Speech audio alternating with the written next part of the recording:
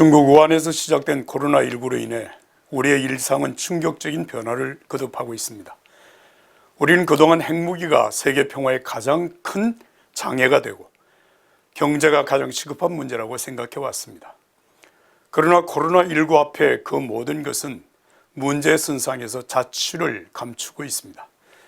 눈에 보이지 않는 작은 바이러스로 인해 지난 4월 14일 기준으로 우리나라에서만 확진자 1만 546명, 사망자 222명이고 전 세계 216개국에서 확진자 186만 4,760명, 사망자 11만 8,258명입니다.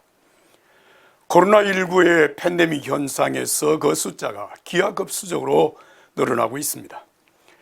21세기는 크게 성장한 경제적 풍요 속에서 과학과 기술, 의술의 발달로 인류는 지금까지 경험해보지 못한 많은 것들을 누리며 살아왔습니다.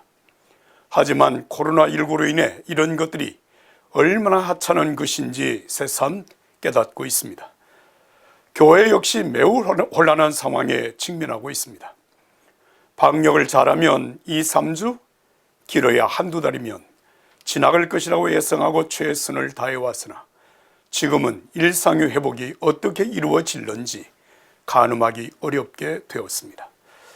기독교는 복음을 듣고 주께로 돌아온 사람들이 모여 예배함으로 시작한 예배 공동체임에도 불구하고 온라인 예배로 대처한 지 벌써 2달이 되었습니다.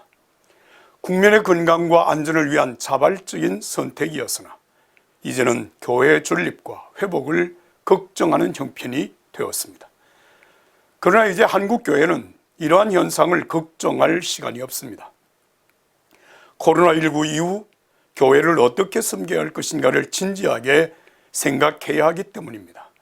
무엇보다 먼저 기독교 신앙의 본질을 깊이 생각해보고 교회는 무엇이며 예배는 무엇인가에 대한 답을 찾아야 합니다. 이 긴 고통의 시간을 통과하면서 일상의 소중함을 절실히 깨달았습니다. 사람의 소중함을 알았으니 곁에 있는 사람들을 사랑으로 섬겨야 할 것입니다. 큰 도움과 베품이 아니라 작은 것이라도 나누며 서로 손을 잡아주고 얘기를 들어주며 이해하는 배려의 마음으로 살아야 할 것입니다. 예배당 예배가 얼마나 소중한지도 알았습니다. 온라인 예배가 편한 방법의 선택이 아니라 불가피한 선택이었으니 모두 신실한 믿음으로 함께할 수 있었음을 감사합니다. 어떤 사람들의 습관과 같이 우리들 스스로 모이는 일을 소홀히 하지 말고 오히려 그날이 다가올수록 더욱 권면하여 모이기를 힘써야 할 것입니다. 그리고 경제적인 어려움을 겪고 있는 열악한 교회와 목회자들, 파송한 선교사와 그들이 섬기는 선교지 교회들을 돌보아야 할 것입니다. 모두가 어려운 때 나보다 더 어려운 이웃을 생각하는 것이 예수님의 마음입니다.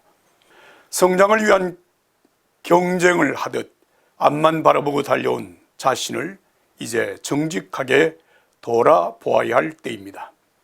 숨을 고르고 함께 달리는 동료들이 헐떡거리는 숨가쁜 소리도 들어보아야 할 것입니다. 주변 사람들을 단순히 전도 대상으로만 볼 것이 아니라 함께 살아야 하고 섬겨야 할 대상으로 보아야 할 것입니다. 이 사태가 언제쯤 끝날는지 알 수 없으나 반드시 끝날 것입니다. 그때 우리는 많은 것을 상실한 채로 과거의 일상으로 돌아갈 수도 있습니다. 만일 그렇게 된다면 이 아픔은 엄청난 재난으로만 기억될 것입니다. 사망의 음침한 골짜기를 지나고 있는 우리와 함께 하신 선한 목자이신 예수님, 그 예수님의 세미한 음성을 듣고 우리 가슴에 깊이 새겨야 할 것입니다. 우리가 하나님께 받는 위로로 인해 우리도 환난 가운데 있는 사람들을 위로할 수 있어야 합니다. 코로나19를 하나님의 뜻이라고 함부로 말하지 맙시다. 고난 속에서 깨달은 하나님의 사랑으로 거듭난 삶을 살아갑시다. 로마서 8장 28절 말씀을 우리 모두의 고백으로 고백합시다. 우리가 알거니와 하나님을 사랑하는 자, 곧 그 뜻대로 부르심을 입은 자들에게는 모든 것이 합력하여 선을 이루느니라.